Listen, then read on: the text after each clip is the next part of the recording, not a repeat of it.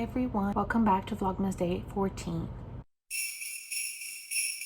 Today I have a Taylor Swift themed vlog. I wanted to chat with you about my favorite songs, what my experience at the Eras tour was like, and some of my unpopular opinions. Overall, Taylor Swift is one of my most played artists of all time. She has over 5,400 scrubbles on my Last FM. My most played songs by her are in this order: Sparks Fly, Crazier, Fearless, Exile featuring Bon Iver, Enchanted, Last Kiss, Cardigan, Mine, Speak Now, and Haunted. As you can see, Speak Now is my favorite album from her. I think the first time that I heard Taylor Swift live was on her Ellen performance of Should Have Said No. Like, I have that performance ingrained in my brain. And some of the songs that I don't listen to very often, it's not necessarily because I hate them, I just never listen to them. It's Me, Superman, Eyes Open, Hits Different, It's Nice to Have a Friend, and Right Where You Left Me. I went to the Eras Tour São Paulo night 2, which was the Saturday. I could not buy tickets. I had to buy a resale ticket. A friend of a friend managed to get 2 tickets, one for herself and one for my sister. And then once they opened the other third date, which was the Friday, a friend of a friend managed to buy, all of her friends managed to buy tickets for the Friday, and she was the only one that had tickets for Saturday. So she got tickets for herself for Friday to go with her friends and sold her Saturday ticket. And that's how I got my ticket. We went general admission, floor seats. We arrived at the venue at around 5 p.m., which was when the gates opened. We managed to stay right in front of the sound tent. We wanted to be able to rest our backs since it was such a long show. Our main idea was to rest against the VIP tent, which was a little bit further down and closer to the diamond, but of course, it was already too crowded, so we ended up staying a little bit back towards the sound tent, which is diagonal to the end of the run. It was an incredible experience. I don't think I've ever experienced a concert like that before, and I've been to many concerts in my life. Spoiler for one video that I'm going to film next week. It was the first time, I think probably ever, that I've seen the same concert artists put out in America and Europe. All of the time, concerts that are brought to Latin America are brought in a much smaller version than they are put out in America, mostly due to the costs of shipping all of those things to Latin America, but also because our stadiums are not the same sizes and the same capacity that American stadiums are. For example, the Eras Tour stage took the entirety of the football field inside the stadium here in Brazil.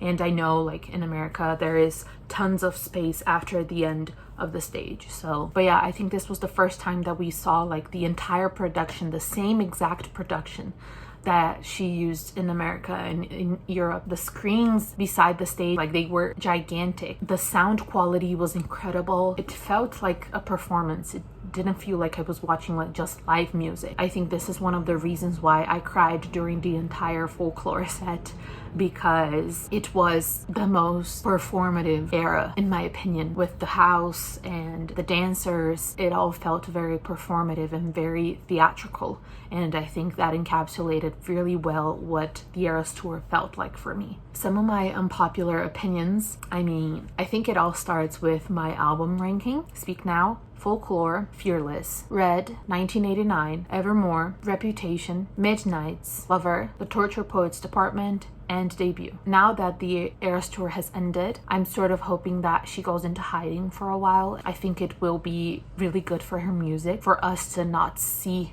what she's singing about, and I think this is my biggest unpopular opinion, that I think her music would benefit a lot more from less Easter eggs or direct mentions to her personal life. I think Folklore winning Album of the Year at the Grammys is sort of proof of that, in my opinion. Like, I bet there are 1,000 real experiences that she has lived through in Folklore, but it doesn't feel like that when you listen to it. Like, you cannot tell me that Peace as a song has the same amount of Easter eggs than The Alchemy. Like, we know exactly what she's singing about in The Alchemy, whilst in Peace you can make it so much more personal without knowing exactly what she's singing about. I feel like I can relate to many more of her old songs than I can with her new ones. For example, some of the sad songs that I love, You're Not Sorry, The Last Time, or even like All Too Well, All Too Well, I feel like it's a very Easter egg heavy song. Like, we know it's about her personal story, but I don't know, the fact that there are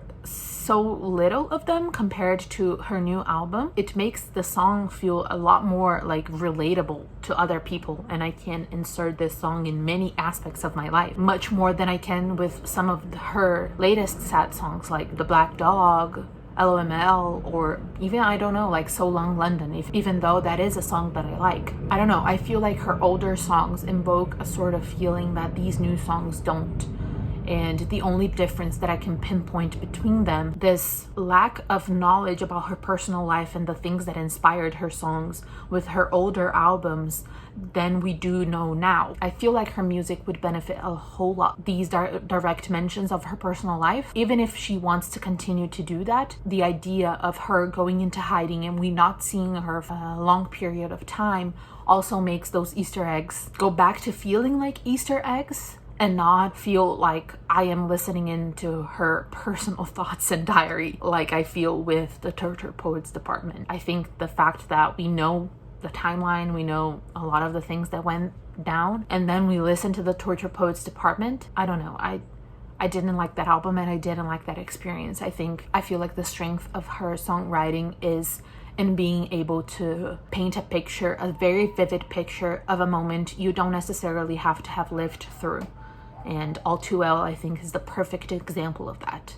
All Too Well can be a soundtrack to many, many moments in my life, and not necessarily the same exact moment that she lived through. I don't see that same strength in her newest albums, like Midnights and Tortured Poets, for example. I also think that her re-recording her albums was one of the greatest things that she has ever done, and at the same time one of the worst things that she has done for her music. The best because I think the album Midnights, for example, in part is a result of her revisiting old memories. Would've, could've, should've is a perfect example of that. And even her letter for us when she released the album, that it was about certain nights where she spent the entire night awake. And I think she got in touch with those old memories through revisiting her old albums. I feel like her live performances of these songs embodying her old self and some old feelings with a lot more grace and a lot more kindness to herself also made us as fans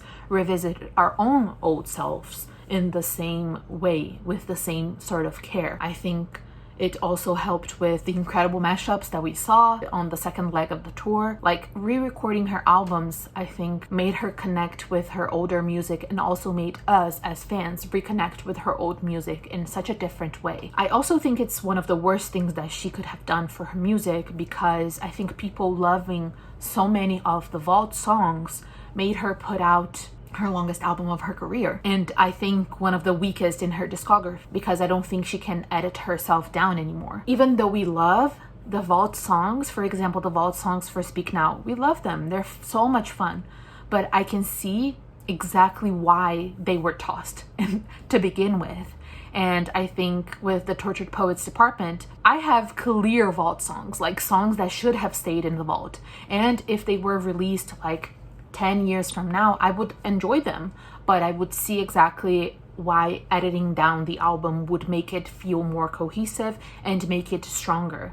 And I think after she put out so many Vault songs and people consume everything that she puts out, it makes her not edit herself down the same way that she did with her previous albums.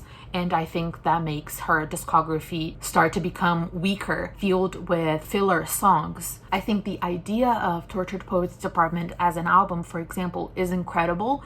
And I think there are many, many interesting topics that she's discussing in these songs. And even like one-liners, bridges, verses in many, many songs that I enjoy. I feel like if she edited it down to a more cohesive album, those different aspects would have shined a lot more than some loose ideas thrown in a 31-track album. But yeah, these are some of my unpopular Taylor opinions. Let me know yours down below, and I'll see you guys tomorrow. Bye!